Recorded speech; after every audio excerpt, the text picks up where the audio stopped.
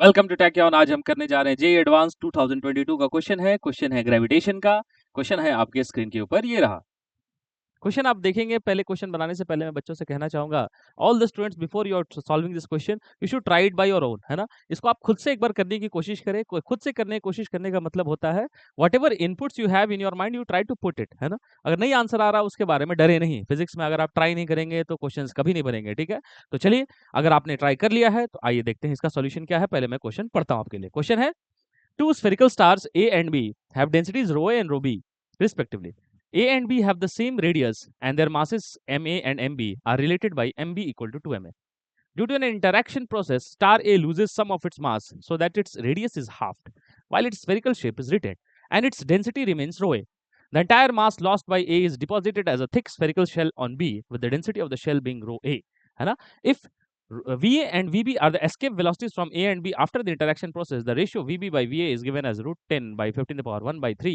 The value of n is, है ना। तो चलो देखते हैं इसमें क्या है बेटा। Let's try to understand। देखो क्या है, कहते हैं दो स्टार्स है, दोनों का स्टार्स का नाम है A और B। आओ देखो, दो स्टार्स है A B, एक स्टार की डेंसिटी है रो A और एक स्टार की डेंसिटी है रो B, ठीक है। दोनों का रेडियस है सेम, दोनों का रेडियस है सेम, मतलब दोनों का रेडियस है सपोज R0, है ना। दोनों का रेडियस है same, let it be called as R0। R0, ठीक, समझ में आ गया।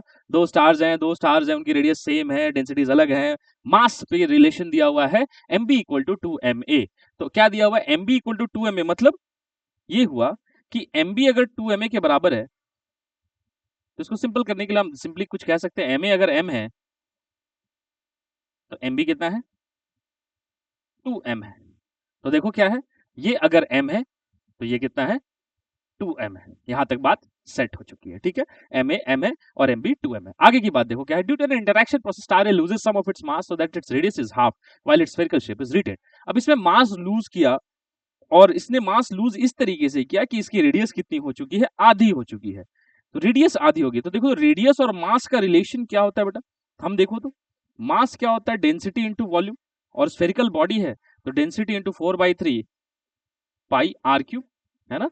ये रिलेशन है ना डेंसिटी और सॉरी मास और रेडियस का। Keeping the density as constant, question में दिया है डेंसिटी कांस्टेंट है, तो ये पूरी चीज कांस्टेंट है।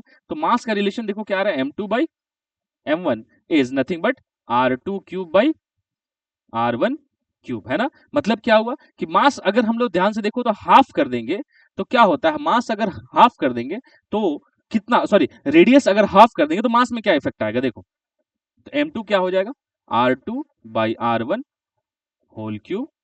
रेडियस को हाफ कर दो, तो रेडियस को हाफ कर दो, r2 कितना है, r0/2, और r1 कितना है, r0 आधा किया तो कितना हो गया क्यूब, और m1 कितना है, टोटल मास इसका m है।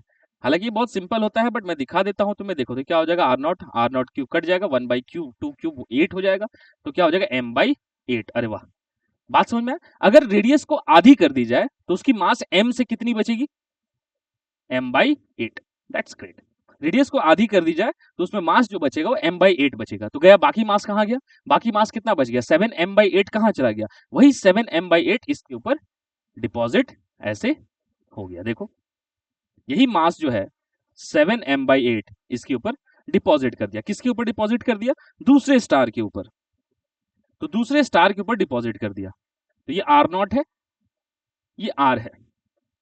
तो दूसरे स्टार के ऊपर डिपॉजिट कर दिया तो ये r0 हो गया और ये r हो गया। तो इसके ऊपर डिपॉजिट कर दिया 7m/8। अभी डिपॉजिट करने के बाद दूसरे स्टार का रेडियस चेंज हो चुका है, बट अब ध्यान से देखो तो यहाँ पे सब कुछ लॉक्ड है। यहाँ पे लॉक्ड है मतलब देखो तो यहाँ पे पहले वाले स्टार में रेडियस कितनी हो चुकी है, r0/2 रेडियस हो चुकी है r0/2, और मास कितना है m/8।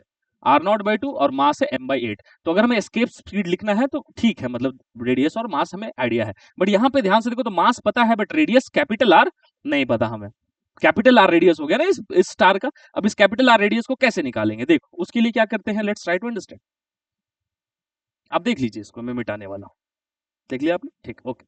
अब देखो क्या करते हैं, अब हम निकालते हैं कि रेडियस कैपिटल आर, नई radius of the new star कैसी है। तो हमें क्या समझ में आता है कि ये वाली जो मास है ये 7m/8, ये मास कितनी है देखो तो, ये 7m/8 मास कितने वॉल्यूम में फैली हुई है?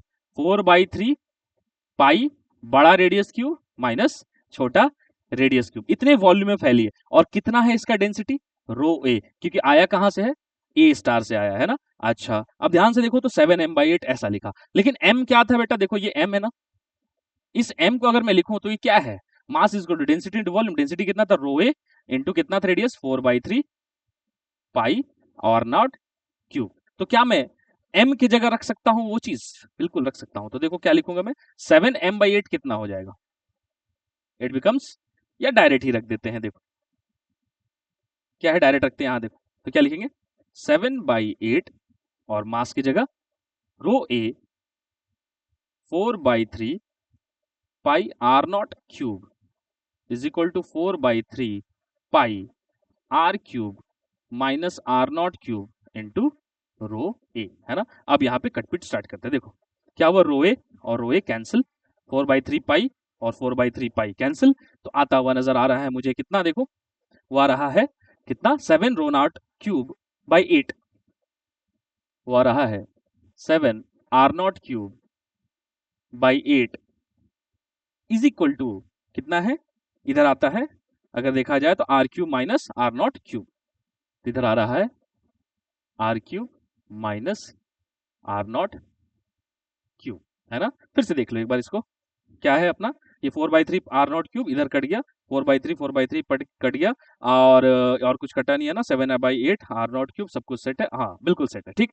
और आगे देखते हैं, देखो तो क्या इसको सॉल्व करते आ जाओ, तो क्या लिखेंगे, 7 R naught cube by 8 plus R naught cube is equal to R cube, तो 8 और 7 कितना हो जाएगा, 15 R naught cube by 8 is R cube. अरे वाह, कैपिटल आर, नई रेडियस आ गई क्या?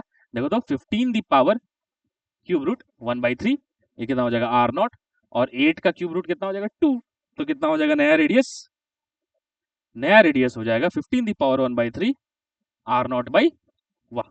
अब हमारे पास सब कुछ रेडी है, अब हमें करना है एस्केप स्पीड का रेशियो। तो देखो तो एस्केप स्पीड का फॉर्मूला होता है √2gm बाई आर। अब हमें रेशियो लेना है, तो वीबी बाई वीए लेना है, तो कॉन्स्टेंट्स कट जाएंगे, तो क्या आएगा बेटा, M B by R B into R A by M A. अब देखो इसमें कुछ भी बचा नहीं है, हो गया काम, क्लाइमेक्स। तो देखो सेकेंड बॉडी की मास कितनी है बेटा, देखो सेकेंड बॉडी की मास कितनी है, 7m/8, और पहले से इसमें कितना मास था, 2m, इतने दूर का कितना मास है, यह है 2m और प्लस 7m/8, तो कितना हो गया ये, अगर हम लोग ध्यान से देखें तो mb में साइड में लिख देता हूं, mb कितना है, पहले से मास था 2m, ऐड हो गया बाद में 7m/8, तो 8 2 जा 16 और 7 23 m/8, ये किसका है, मास ऑफ बी। अच्छा मास ऑफ बी आ गया, तो देखो क्या लिखेंगे, यहां पे लिखेंगे 23 m/8, वाह। अच्छा multiplied by R A, radius आधी हो चुकी थी ना उसकी, तो आर नॉट बाई 2, अच्छा डिवाइडेड बाय कितना, ये पूरे के अंदर रूट है, आरबी कितना हो चुका है, नया रेडियस आरबी, यही तो है आरबी, देखो तो क्या है 15 the power 1/3 R naught by 2, क्या लिखेंगे 15 the power 1/3 R naught by 2, और मास ए कितना है, m है ना, मास ए कितना है, सॉरी m/8 है, देखो देखो मास ए लूज करने के बाद कितना है, m/8, यहां लिखेंगे m/8। अब इसको करो ऑपरेशन, ऑपरेशन करेंगे तो क्या दिख रहा है मुझे, 8 8 cancel, m cancel, R naught cancel, 2 2 cancel, तो क्या आ रहा है देख, 23 डिवाइडेड बाई 15 दी पावर 1/3, है ना। अब ध्यान से देखो तो ये रूट वाला एकदम परफेक्ट एक्सप्रेशन ऐसे ही आता हुआ नजर आ रहा है, क्या मैं इसको इक्वेट कर सकता हूं इस तरीके से, 23 की जगह उसने किसके इक्वल रखा है, 10n बाई 15 दी पावर 1/3, इसका मतलब क्या हुआ, 10n की वैल्यू कितनी होगी, 10n की वैल्यू हो गई 23, तो n की वैल्यू कितनी होगी 2.3, तो ये पूछा गया था और ये आंसर है ना। देखा जाए तो बहुत ही बेसिक क्वेश्चन था, ठीक है, इसमें आपको क्या कहता है कैलकुलेशन है, थोड़ा समझना था इसमें, ठीक है। चलो आपको भी बात समझ में आई होगी, ठीक है, मिलते हैं next episode, till then take care, bye.